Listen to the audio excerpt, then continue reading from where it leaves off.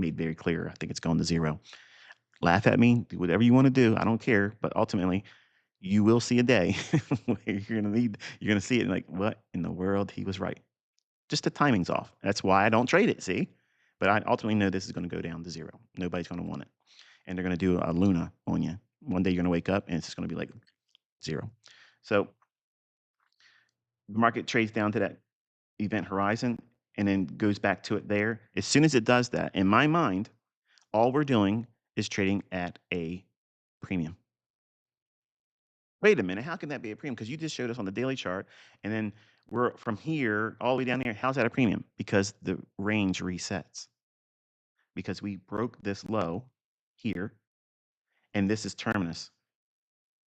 So if this is your range from low to lower low, and this is your target down here, the only thing we did was went down into discount and then right back to equilibrium,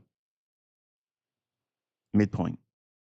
So consequent encroachment defines that level as what? Go back and watch Elements to a Trade Setup, month 1, 2016 playlist.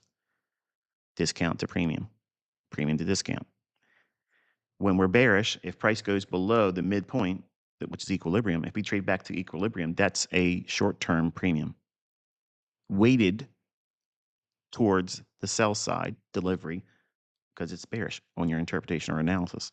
So that's why it's don't get tricked into thinking that simply because there's everybody talks about it in terms of discount and premium now.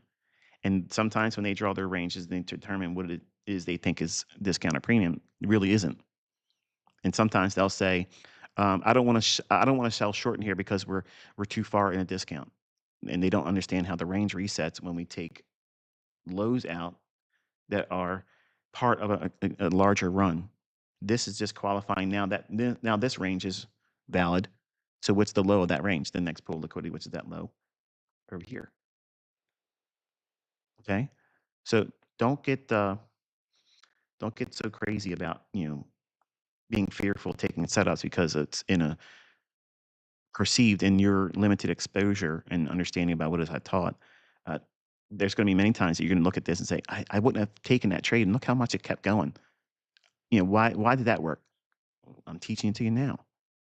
There's so many questions you guys ask, and there's also so many questions I know that I'm going to inspire by my new lectures this year. I already know what you're going to ask, but I also know that you don't need to know that information right now. There's bigger things on your plate that you need to eat. All right, so that's the business there. Just lower prices. Ultimately, just that's the level I'm looking for. 49,577. Okay, that's what I'm ultimately looking for on an intermediate term basis. Short term, we're looking at that low, the event horizon, and then there. And then once we get down here, if we start to really accelerate to the downside, we're back in the 20,000s. All right, so let's go over to let's do gold first, then we'll do silver. You guys still awake?